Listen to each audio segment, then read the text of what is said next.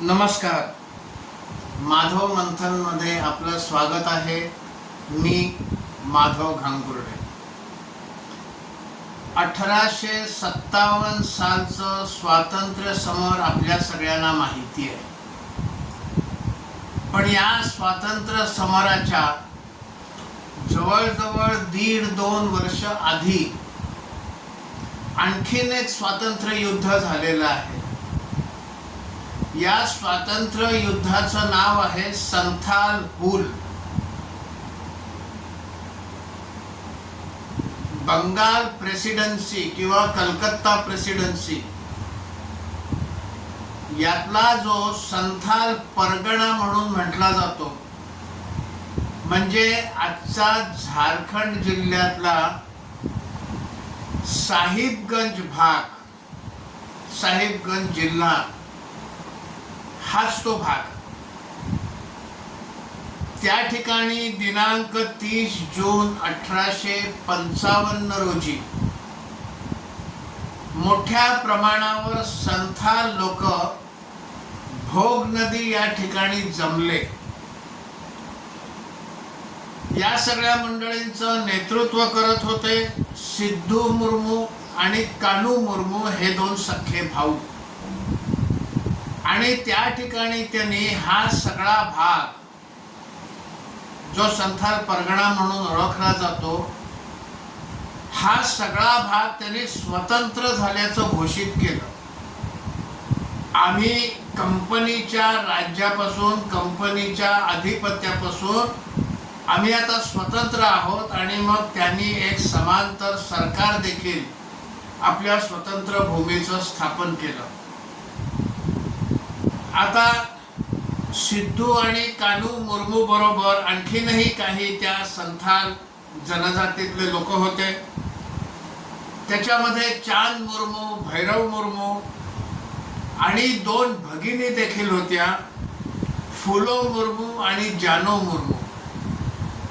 हे 10,000 सैनिक जे एकत्र झाले होते, त्याच्यामध्ये या 2 भगिनी फुलो मुर्मू आणि जानो मुर्मू यांनी देखील 100 महिलांची, 100 युवतींची एक युद्ध करणारी तुकडी ही देखील उभी केली होती. त्याचं असं झालं की 1832 साली इंग्रजांनी, कंपनीने म्हणजे ईस्ट इंडिया कंपनीनं दामिल ए कोह असा एक भाग त्या ठिकाणी आहे. दामिल हे कोह हे पर्शियन नाव आहे, फारसी. हे मुघलांच्या काळापासून त्या इलाक्याला दामिल ए कोह म्हणतात. त्या ठिकाणी देखील काही जनजाती राहत होत्या. पण इंग्रजांना त्या ठिकाणी आणखीन काही लोक बसवायचे होते, म्हणजे त्या ठिकाणी अधिपत्य करणं सोपं होईल. आणि म्हणून त्यांनी बाहेरच्या काही लोकांना तिथे वसवलं. राजमहालचा जो डोंगर आहे, या डोंगराला लागून असलेला हा दामिल ए कोह इलाका आहे. मग त्यांनी बंगाल प्रेसिडेन्सी मधले धालभूम, मानभूम, हजारीबाग, मेदिनीपूर या भागातून संथाल लोकांना तिथे येऊन वसण्यासाठी त्यांना आग्रह केला, निमंत्रित केलं. त्यांना काही प्रलोभनं दाखवली. आणि मग या साध्या भोळ्या संथाल लोकांना असं वाटलं, चांगलं आहे, मोकळी जमीन आहे, मोकळं जंगल आहे, फार काही लोकवस्ती नाही. इंग्रजांनी त्यांना जमिनी दिल्या आणि त्यांना म्हटलं, तुम्ही इथे राहा, इथे तुमची शेती करा आणि इथे राहा. असं म्हणून 1832 साली इंग्रजांनी या संथाल मंडळींना दामिल ए कोह या ठिकाणी आणून वसवलं. हळूहळू इंग्रजांनी मग आपला फास आवळायला सुरुवात केली. मग त्यांनी स्थानिक तिकडचे व्यापारी, स्थानिक जमीनदार यांच्या मदतीनं त्यांच्यावर कर बसवायला सुरुवात केली. आणि मग हे कर इतके कठोर होते की हे देता देता संथाल मंडळींची दमछाक व्हायला लागली. आणि मग कर दिले नाहीत म्हणून त्यांच्या जमिनी कंपनी सरकारनं परत घ्यायला सुरुवात केली. आणि अशा पद्धतीने त्या संथालींची कंपनी सरकारनं पिळवणूक केलेली आपल्याला दिसते. आणि त्यानंतर संथाल मंडळींच्यात हळूहळू या सगळ्याचा क्षोभ माजला आणि त्याचाच परिणाम 30 जून 1855 त्यांनी सशस्त्र प्रतिकार सुरू केला. हा संपूर्ण इलाका इंग्रजांपासून, कंपनीपासून स्वतंत्र झाल्याची त्यांनी घोषणा केली. त्यांनी स्वतःचं एक सरकार स्थापन केलं आणि मग जेव्हा सशस्त्र प्रतिकार ह्या मंडळींनी सुरू केला तेव्हा इंग्रजांनी त्यांना काबूत आणण्यासाठी आधी एक तुकडी पाठवली, पण ही तुकडी छोटी होती. संथाल मंडळींच्या समोर या तुकडीचा निभाव लागला नाही आणि ही तुकडी अपयशी होऊन परत आली. मग इंग्रज लोकांनी मुर्शिदाबादचा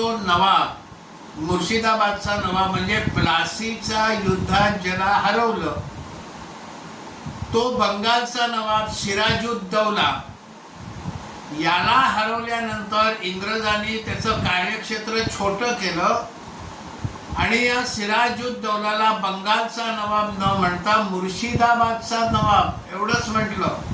त्याची पतच घसरवली, त्याचा मान सन्मान सगळा घसरवला आणि ह्या मुर्शिदाबादच्या नवाबाचाच वंशज हा त्यावेळेला तिथे राज्य करत होता आणि त्याच्याकडनं सैन्य मागवलं. मग इंग्रजांचं काही सैन्य, मुर्शिदाबादच्या नवाबाचं काही सैन्य, इंग्रजांची शस्त्रास्त्र असं मिळून या संथाल मंडळींसोबत युद्ध सुरू झालं. बघता बघता संथाल सैन्याची संख्या देखील 10,000 पासून वाढता 60,000 एवढी या संथाली सैन्याची संख्या वाढली आणि त्यांनी खूप जोराचा प्रतिकार केला. मग इंग्रज जे नेहमी करायचे तेच इथे केलं. सिद्धू आणि कानू मुर्मू यांच्यावर बक्षीस जाहीर केलं. जो कोणी पकडून देईल त्याला बक्षीस मिळेल. पण त्यांच्या या प्रलोभनाला एकही संथाली बळी पडला नाही हे विशेष. कारण त्यांनी 30 जूनला प्रतिज्ञा केली होती की आम्ही आमच्या या स्वतंत्र झालेल्या राज्याच्या रक्षणासाठी जोपर्यंत प्रत्येक जण जिवंत आहे तोपर्यंत आम्ही लढू, अशी प्रतिज्ञा त्यांनी 30 जून 1855 केली होती. आणि ते प्रतिज्ञेला जागले. त्यांनी प्रतिकार केला, एकही जण फितूर झाला नाही. पण जे नेहमी होतं तेच इथेही झालं. इंग्रजांची शस्त्रास्त्र ही प्रगत होती. संथालींची शस्त्रास्त्र ही पारंपरिक कोयते, कुऱ्हाडी, धनुष्यबाण अशी शस्त्र होती आणि प्रगत बंदुकीसारख्या शस्त्रांसमोर संथालींचा निभाव लागेना. त्या 6 महिन्यामध्ये अनेक ठिकाणी छोट्या मोठ्या लढाया झाल्या. त्यामध्ये कहलगाम, सुरी, रघुनाथपूर, मुक्तोरा अशा अनेक ठिकाणी छोट्या मोठ्या लढाया या होतच राहिल्या. संथालींनी देखील आपल्या सैन्याची फार सुरेख रचना केली होती. 60,000 सैन्याच्या त्यांनी 1,500, 2,000च्या अनेक तुकड्या केल्या आणि एकेका तुकडीचं संचालन एकेका प्रमुखाच्या हातात दिलं आणि त्यांच्या मार्फत अत्यंत शिस्तबद्ध पद्धतीने हे संथाली सैन्य इंग्रजांसोबत 6 महिने लढलं. पण शेवटी शस्त्रास्त्रांचा फरक पडला. इंग्रजांची प्रगत शस्त्र ही पारंपरिक शस्त्रांवर भारी पडली. या युद्धामध्ये विशेषतः गवळी आणि लोहार या मंडळींनी लोहारांनी शस्त्र पुरवली. गवळींनी ती शस्त्र इकडून तिकडे नेणं याच्यात मदत केली, काही पैसा दिला, आर्थिक मदत पण केली आणि या संथाल युद्धाला लोहार आणि गवळी यांनी मोठ्या प्रमाणावर मदत केली. पण शेवटी प्रगत शस्त्रांच्या समोर ही पारंपरिक धनुष्यबाण, कुऱ्हाडी, कोयते हे फार काळ टिकाव धरू शकले नाहीत आणि जानेवारी 1856 मध्ये इंग्रजांनी म्हणजेच कंपनी सरकार, कंपनीचं सैन्य, मुर्शिदाबादच्या नवाबाचं सैन्य यांचा विजय झाला. मोठ्या प्रमाणावर संथालींचं त्या ठिकाणी बलिदान झालेलं आहे.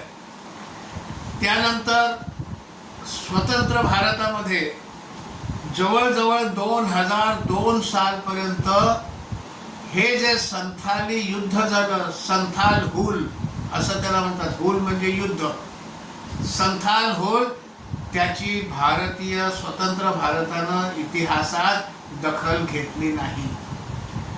2002 साली पहिल्यांदी भारत सरकारनं एक सन्मानार्थ जे पोस्टाचं तिकीट काढतात, ते पोस्टाचं तिकीट भारत सरकारनं 2002 साली म्हणजे स्वातंत्र्याची जवळजवळ 50 वर्ष उलटून गेल्यानंतर, 55 वर्ष झाल्यानंतर या सगळ्या युद्धाचे जे प्रमुख होते कान्हू आणि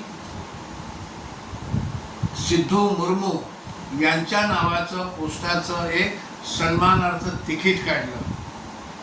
त्यानंतर IIM Ranchi, Indian institute of management मध्ये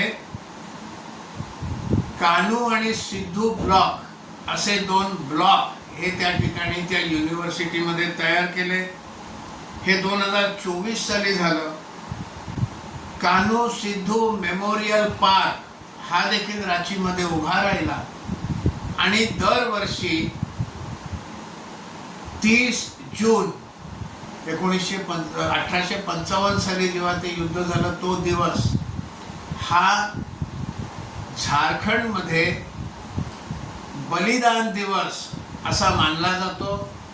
असं हे संथाल हुल आणि त्याचं नेतृत्व करणारे सिद्धू आणि कान्हू मुर्मू या 2 वीरांना शत नमन.